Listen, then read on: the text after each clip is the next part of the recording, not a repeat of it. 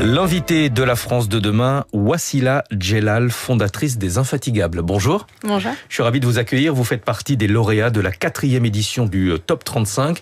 35 dirigeants de moins de 35 ans qui s'engagent dans des projets à fort impact social, sociétal ou environnemental. C'est un palmarès qui est organisé par l'ONG Positive, fondée et dirigée par Jacques Attali, en partenariat avec le journal Les Échos.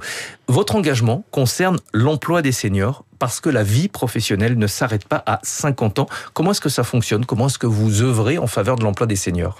Alors nous, en fait, j'ai créé Les Infatigables. En effet, on est une start-up qui est 100% dédiée à l'emploi des seniors. On accompagne tout d'abord les entreprises pour leur dire, vous avez un vivier de talent de plus de 50 ans qui n'est pas vraiment valorisé. Aujourd'hui, on sait qu'un salarié sur deux de plus de 50 ans s'est déjà senti discriminé en raison de son âge. Et même 60% d'entre eux disent qu'ils n'ont plus accès aux mêmes formations qu'aux années précédentes.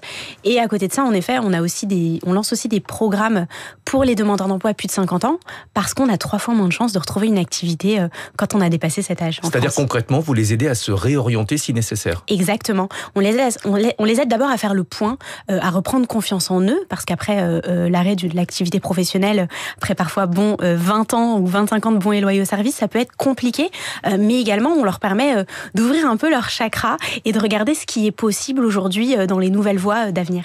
Parce que les seniors ont tendance à perdre confiance en eux lorsqu'ils atteignent 50, 55 ans. Là aussi, vous travaillez sur l'amélioration de la confiance en soi? Oui, bien sûr, parce que finalement, ils peinent et ils subissent le regard que l'on peut porter sur l'âge. Aujourd'hui, on se rend compte toute notre société n'aime pas les vieux. On va le dire clairement.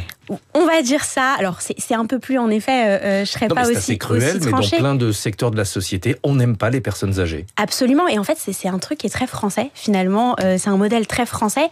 On a des préjugés liés à l'âge qui les renvoient dans des catégories. Ils sont considérés comme pas flexibles.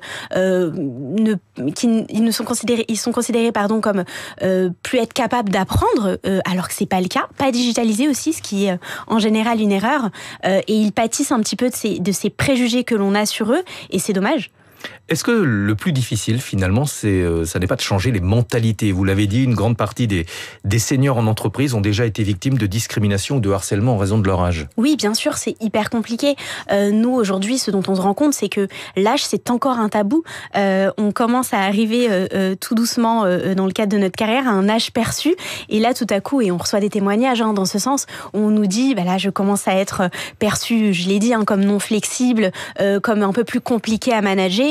Et c'est pour ça que nous, on propose des ateliers de sensibilisation pour déconstruire finalement ces préjugés-là et parler d'âge avec un ton humoristique et se dire mais c'est pas si grave finalement. C'est important justement d'aborder cette question sur un ton humoristique, ne pas aborder la question d'un air peut-être grave et résigné. Bien sûr, et ça, c'est vraiment surtout le souhait des seniors.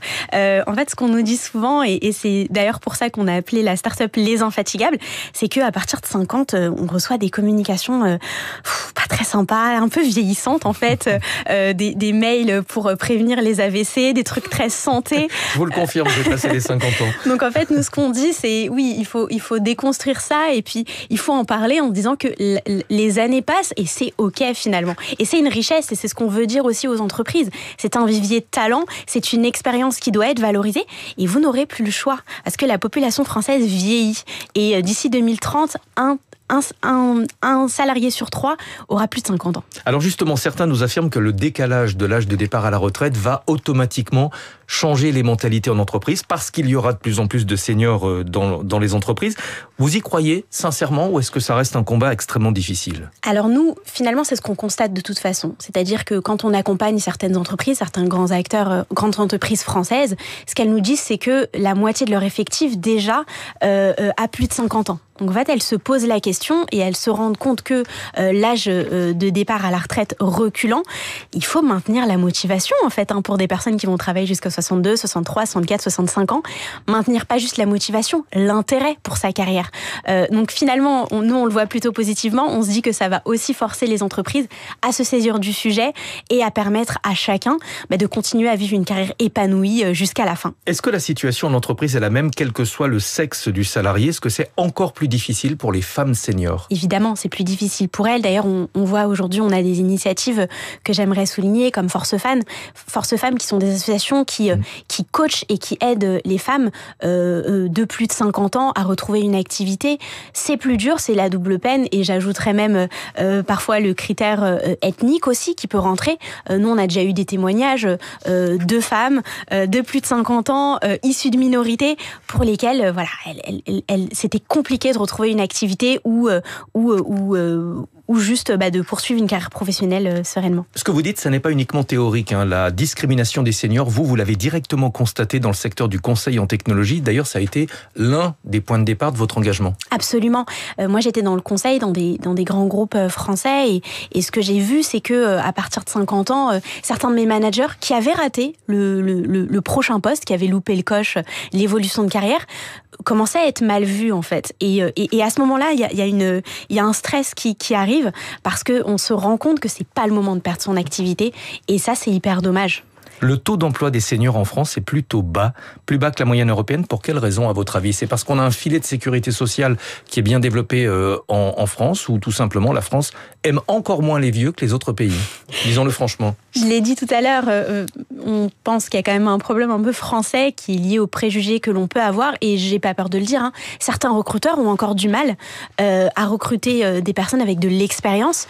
Moi, ce que je dis aussi, et surtout, c'est que finalement, il faut les voir comme un vivier de talent, et qu'il ne faut pas hésiter.